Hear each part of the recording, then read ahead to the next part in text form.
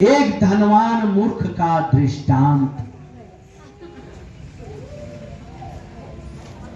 पिछली बार आपने वचन सुना था एक धनी व्यक्ति का दृष्टांत, लेकिन इस बार आप सुनेंगे परमेश्वर का एक धनवान मूर्ख का बाप। धनवान है लेकिन मूर्खता कितनी बड़ी है। हालेलुया। एक धनवान मूर्ख का दृष्टांत। फिर भीड़ में से, अध्याय 12 का 13वीं आयत, फिर भीड़ में से एक ने उससे कहा, हे गुरु, हे प्रभु, मेरे भाई से कह कि पिता की संपत्ति मेरे साथ चलकर बांट ले। चलकर मेरे साथ बांट ले। पिता ने बहुत धन बनाया है, संपत्ति अकूत बनाया है, और हम चाहते हैं कि आप मेरे भाई से कहिए हम लोग आपस में उस धन को बांट लें। आप कहेंगे तो आपकी बात को मानेगा। प्रभु ने कहा, उससे कहा, हे मनुष्य, किसने मुझे तुम्हारा न्यायी या बांटने वाला नियुक्त किया है? किसने तुम्हारा न्यायी मुझे ठहराया? कैसे तुम्हें ये उम्मीद है कि मैं ये न्याय करूंगा, कि मैं तेरा हिस्सा बांटूंगा? प्रभु कभी परिवार का बंटवारा होने देता है? वो चाहता है कि तुम सभी एक मन, एक प्रेम में जुड़े रहो। वो कभी नहीं चाहता कि तुम सब अलग हो जाओ। लेकिन वो धन के द्वारा अलग होना चाहता है कि धन मेरे लिए बहुत बड़ी चीज है। अगर मनुष्य धन का लोभ न करता तो कभी अलग होता।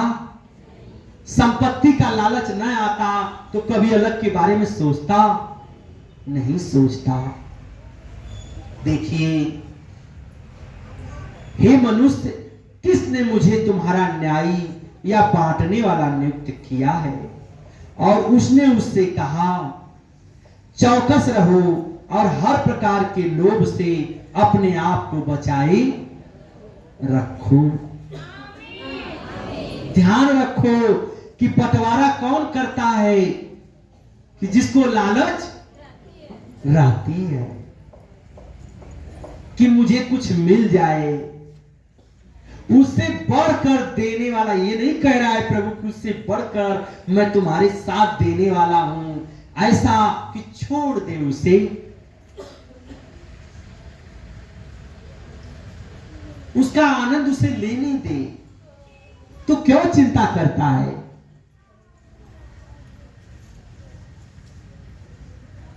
लोभ से अपने आप को बचाए रखो कि तुम्हारी आत्मा के मंदिर में लोभ उत्पन्न न हो, क्योंकि किसी का जीवन उसकी संपत्ति की बहुतायत से नहीं होता। Hallelujah, hallelujah. वो संपत्ति जीवन से बढ़कर नहीं है। तुम कभी अपने जीवन के बारे में सोच। जितना तू संपत्ति के बारे में सोच रहा है, तो उससे बढ़कर जीवन के बारे में सोच, जो जीवन मैं देने वाला हूं। वो संपत्ति, वो धन सब उससे छोटा है। उसने उनसे एक दृष्टांत कहा।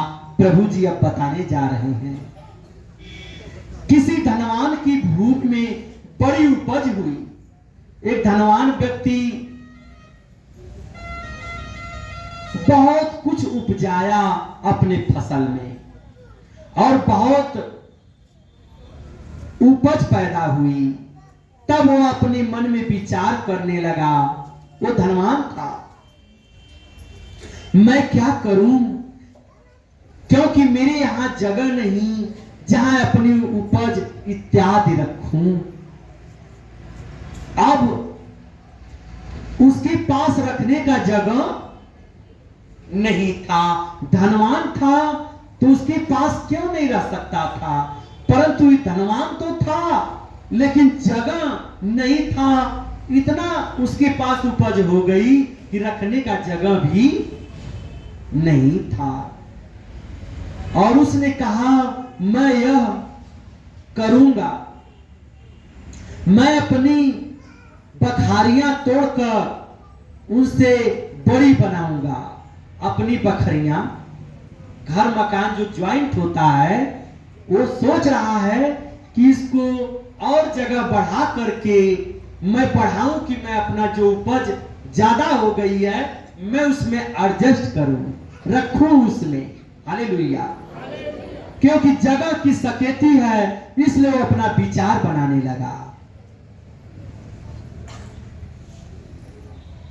और अपने प्राण से कहूंगा कि प्राण, तेरे पास बहुत वर्षों के लिए बहुत संपत्ति रखी है। अब हे मन, हे प्राण, अब तुम्हें चिंता करने की कोई जरूरत नहीं है। अब तो न जाने कितने बरस तक खाने पीने की चीज हो गई है, अब बहुत कुछ हो गया है। अब तुझे चिंता नहीं करना है, मैं इसे बटोर कर रखूंगा और अपने पीढ़ी दर पीढ़ी के लिए तैयार कर लिया हूं। अब आप उस उपज को रुपए पैसे की नजर से भी देख सकते हैं, कमाने के आधार पर, कि लोग बहुत कुछ कमाई, झूठ बोल बोल कर कमा कर यही सोचते हैं कि हम अब अपना इतना जगह कमा लिए हैं कि अब 2 पीढ़ी तक आराम से खाने के लिए हो गया है। और मन यही उसका कह रहा था कि अब हे मन, मेरे पास बहुत कुछ हो गया है, अब हमें चिंता करने की कोई जरूरत नहीं है। तेरे पास बहुत वर्षों के लिए बहुत संपत्ति रखी है, चैन कर, खा पी, सुख से रहो। यही तो कहता है धनी आदमी। क्या कमी है? सब कुछ तो है, सब कुछ खाओ पियो, चैन करो, बंसी बजाओ। कहता है ना कि आराम करो। लेकिन देखिए परमेश्वर का, हालेलुया। परंतु परमेश्वर ने उससे कहा, हे मूर्ख, हे मूर्ख, इस रात तेरा प्राण तुझसे ले लिया जाएगा। तेरा सपना चकनाचूर हो जाएगा। तूने जो खत्ते में, भंडार में तू बटोर रखा है, वो तेरे किसी काम नहीं आएगा। परमेश्वर का उत्तर है कि बहुत सारे लोग बहुत कुछ बटोरते हैं, यहां तक कि बाजार में 1 रुपया भी नहीं निकालते हैं, अपने परिवार के लिए कितना बटोरते रहते हैं। खुद अपनी आत्मा को दबाते रहते हैं और दूसरों की आत्मा की सेवा करना तो दूर की बात है। किसी की आत्मा को जुड़वाना और उसकी सेवा करना, उसकी गरीबी पर तरस खाना तो दूर की बात है। वो खुद कमाते हैं और खुद तरस कर रहते हैं, इसीलिए कि आगे हम लोग इतना बटोर लें कि आने वाली पीढ़ी में बच्चे उसका आनंद लेते रहेंगे। लेकिन परमेश्वर डांट रहा है कि हे मूर्ख, तू ये सब कुछ कर लिया और ये भी नहीं जाना कि तेरा प्राण तुझसे आज ही रात को ले लिया जाएगा, तो फिर कैसे देखेगा ये जीवन? फिर ये परिश्रम का कोई लाभ नहीं है, इस कमाई का कोई लाभ तुझे क्या मिलेगा जब तेरा प्राण ही नहीं रहेगा। जो कुछ तूने इकट्ठा किया है वह किसका होगा मूर्ख? अब तू देखने को भी नहीं रहेगा। ऐसा ही वह मनुष्य भी है जो अपने लिए धन बटोरता है, परंतु परमेश्वर की दृष्टि में धनी नहीं है, वो मूर्ख है। वो मूर्ख है। तुम्हें स्वर्ग का धन बटोरना है तो जाओ और अपना सब कुछ बेच करके गरीबों में बांट दे, दान कर दे, ताकि जो तू यहां से जाए करके वो तुम्हारे लिए वहां खोला जाए और तुम्हें स्वर्ग में वो चीज प्रदान किया जाए। और तू तो अपने लिए, अपने परिवार के लिए सिर्फ मरता रहा और बटोरता रहा और अपना लोभ बढ़ाता रहा।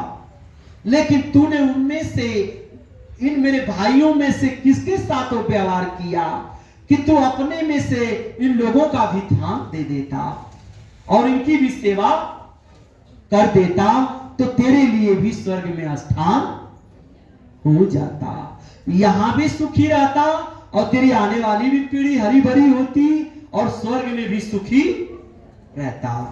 हालेलुया। इसलिए धन दौलत को, परमेश्वर ने बांट बंटवारा को और हिस्सेदारी को बहुत तुच्छ जाना है, इसलिए कि तुम उतने में ही लोभ और लालच में बह रहे हो। उससे बढ़कर उन्होंने दृष्टांत बताया कि एक ऐसा धनी भी व्यक्ति था कि उसके सब कुछ पास कुछ था, लेकिन वह किस काम का जब वह उसका प्राण न रहेगा।